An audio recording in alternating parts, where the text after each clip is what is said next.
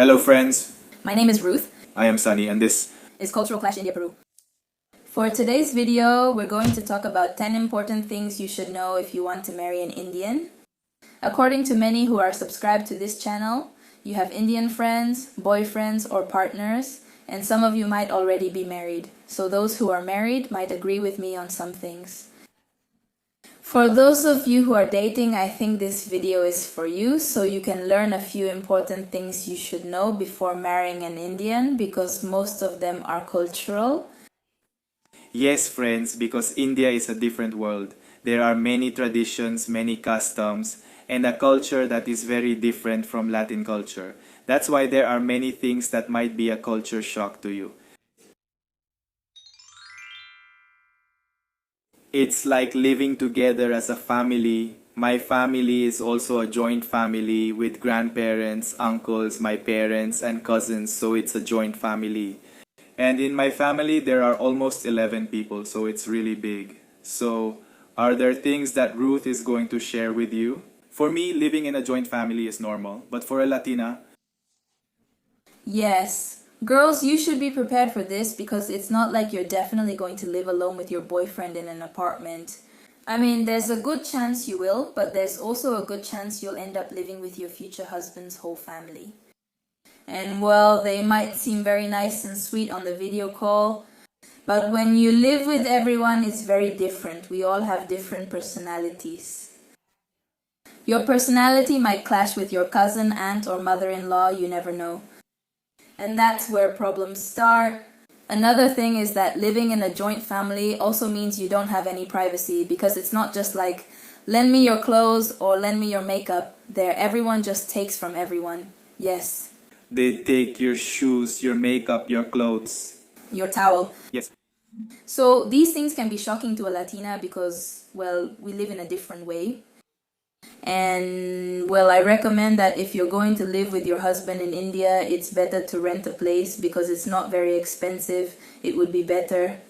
But if you don't have another option, you need to know this important point. It's very likely that you'll end up living with the family. Another thing is that you might have to live in India your whole life because it's not very easy for an Indian to leave their country. And Indians are very close to their families, so they don't want to leave them. For us, it was also a bit complicated at first because my family didn't want us to leave, and I had an advantage. Because I know Spanish, but there are others who don't know how to speak Spanish. And so it's going to be a bit complicated for them to go to another country and live there to look for a job, so you have to prepare yourselves. Also, living in India is like living in another world. If your boyfriend is an only child, if his mother is a widow, and well, those are the two main reasons more than anything why they can't come to live in your country. It would be complicated. So you would also have to be prepared to live your whole life in India. India is a country full of traditions, so you have to learn some of these traditions and adapt, because if a foreigner goes to India, they shouldn't impose their own rules or how things are in their country. You need to adapt to the country you're going to. And one of the traditions is touching the feet of elders, because greeting is different there. You have to bow like this. So it's a good exercise. So there are quite a few more traditions that one has to follow. One of the traditions that shocked me was the thing about covering my face, because I had never done it before. So I honestly didn't think that was done in India. Before traveling to India, I didn't believe this still happened in India. I thought it was in Arab countries where they did that, but not in India. So my in-laws were quite understanding with me about this, because daughters-in-law there cover their faces in front of their in-laws and older men, like their uncles, family members, right? So I didn't have to do that. I was the first daughter-in-law in that village not to cover my face, because my in-laws understood me. They knew I wasn't used to that. And they told me, no, you don't necessarily have to do it at home, only in the street, just until you leave the village, right? It's just about 3 blocks of walking, more or less. So I only had to be covered for those 3 blocks, because there are always people who criticize. I didn't want to make my mother-in-law or father-in-law look bad. That's why I did it too. They say that's how you earn respect, when you respect another culture. They also appreciate you because you're not from that culture, but you still follow their traditions. And yes, that's how it happened in my town too. Neighbors and others appreciated the way she is. Even though she's not from this culture, she adapts. And that's a good thing. Another important thing you should know is about the food. In India, they use really a lot of chili in their dishes. Unlike in Peru, they don't serve your dish with chili on the side for you to add as you like. No, in the food itself, they already add the chili as they call it, and so everything is spicy. I mean, you have to eat it that way no matter what. So that's something you need to know too. Not just chili, but also spices or masalas, masala as they call it. Their food also has a lot of masala, so this can be a bit much for some people. At first, I didn't really like Indian food because of this. Because in my country, I'm not used to it. We just add a tiny bit of seasoning to our food. Well, of course, restaurants add a lot, but if you cook at home, you use very little seasoning. Over there, they use a lot. Even if they don't live in a joint family, their wife will still like this kind of food. So either way, they have to prepare it. And in restaurants too, if you go out to eat. If you go out to eat too, everywhere you go, you'll find the food very spicy and full of seasoning. Another important thing you should know is that in India, it's not very common to eat rice the way we do here in Peru. They eat more roti. We'll leave a photo here so you can see roti or chapati. They eat that, it looks like bread with their stews. That's what they eat with their hands. Because you don't eat it with a fork, thank you. One of the most difficult things is taking care of parents-in-law and brothers-in-law. For example, my mom wasn't the oldest in the family, that's why my other uncles were little. And she took care of them, like washing their clothes, serving them food and everything. She also wasn't the oldest, but it wasn't like that with her. Because we didn't live in a multi-generational household, otherwise maybe she would have had to wash my brother's clothes or do something like that. Because in India, it's very normal. Very, very normal. And it could also happen to you too, if they have a lot of brothers-in-law. So that depends on each family. It's not like you'll definitely go and they'll make you wash everyone's clothes and cook for everyone.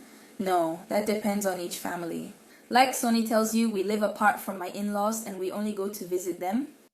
If you live with the family and your mother-in-law gets sick, then yes, you'll have to do things.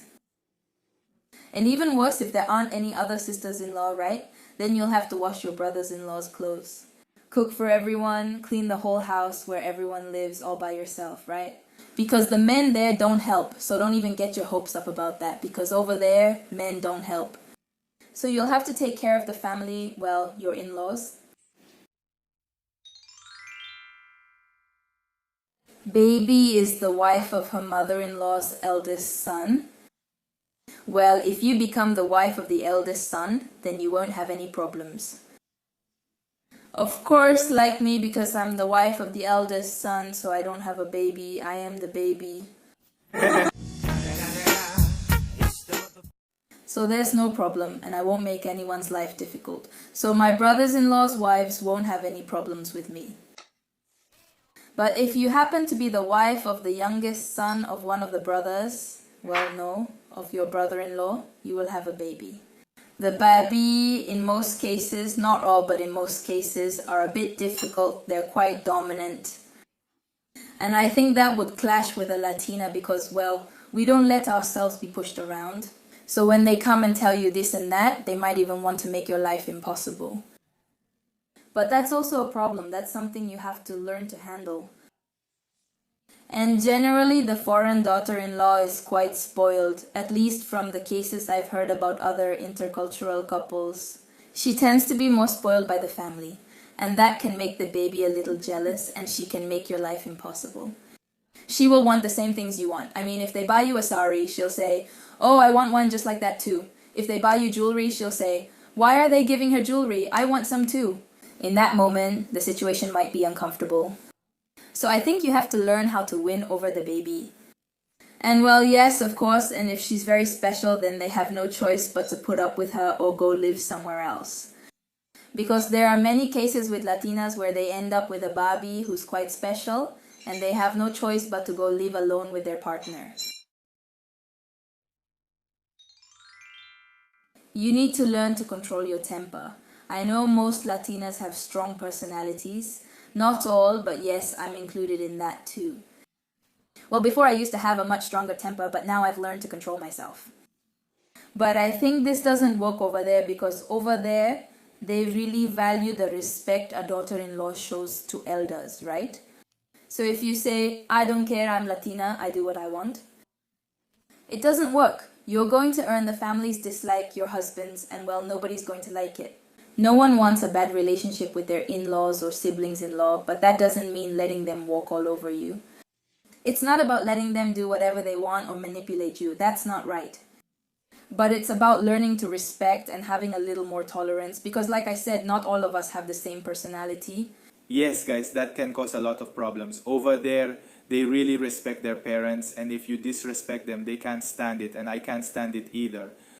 So what happens is that if a Latina, who is a daughter-in-law, raises her voice in front of her father-in-law, that can cause a lot of conflicts. Jewelry plays an important role for a married woman. And that's something that shocked me too because like I mentioned, I'm not used to it yet. I just have an earring or I put on earrings and that's it. I'm not really used to wearing jewelry. Before I didn't even wear earrings. So it was shocking. Of course, on my wedding day I had no problem because it's a special occasion. But there's a tradition that a married woman has to keep wearing her wedding bangles for 6 months. That's mandatory, right? It's like this.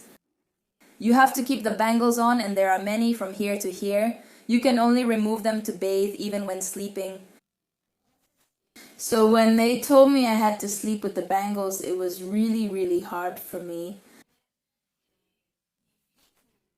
As I mentioned from the beginning, my mother-in-law was very understanding because she also told me it's not necessary for you to sleep with all of them. Just keep 1 or 2 on and sleep with those. So I said, oh. Because honestly, I wouldn't have been able to sleep with a bunch of bracelets. You have to know that married women there absolutely have to wear jewelry. So if you're not used to it, I think you have to get used to it.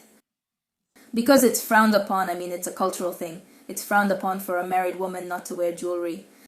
At the very least, like I said, a little bracelet, some earrings, something. But without jewelry or accessories, it doesn't look good, so you have to get used to that too.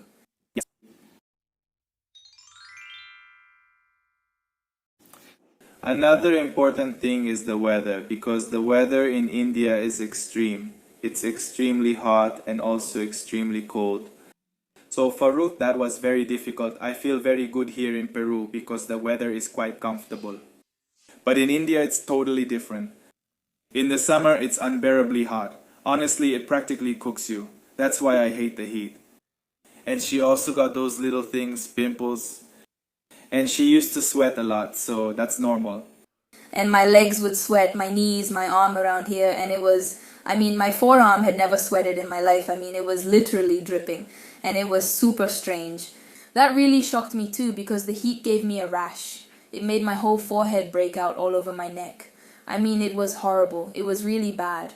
So it's important for you to know that the weather in India is extremely intense. It gets up to 50 degrees. And well, it's a temperature we're not used to here in Latin America.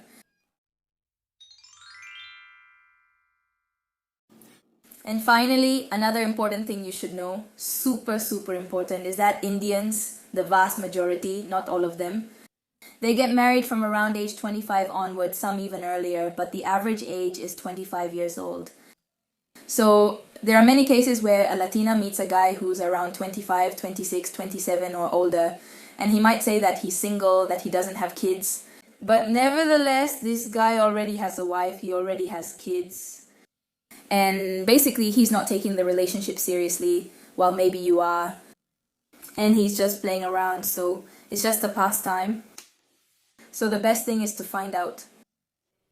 I think it's important that he introduces you to his family. Of course, it doesn't guarantee that he's taking you seriously, but it's a step further.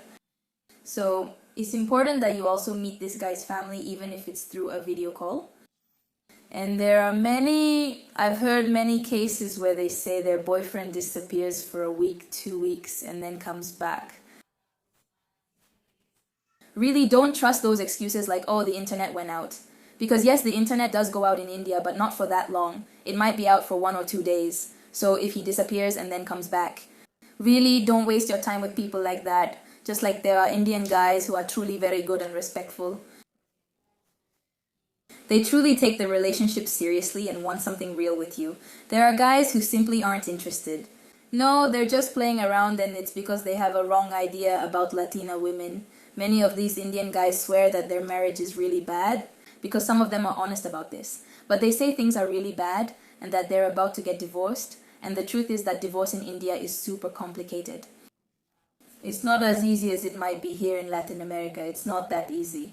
So over there, it takes more time. Besides, there are many things that make it difficult. So that thing about getting divorced, don't believe it right away. I think if you want to wait, of course, it's each person's decision.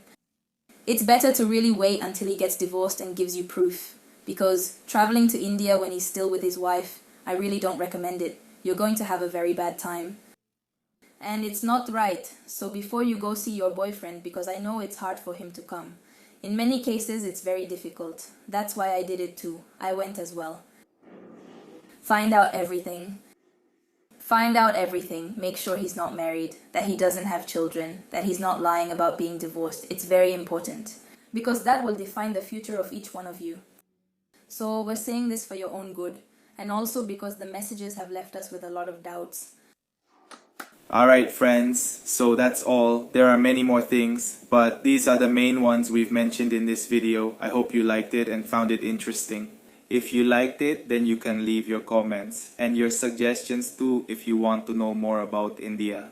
Yes friends, if you liked the video, please subscribe to the channel. It's a way to support us. It's free, so you can do it without any problem. We also have social media. Facebook, Instagram. We also have TikTok. You can follow us there too. We'll leave the links in the description box, and that's all. Take care.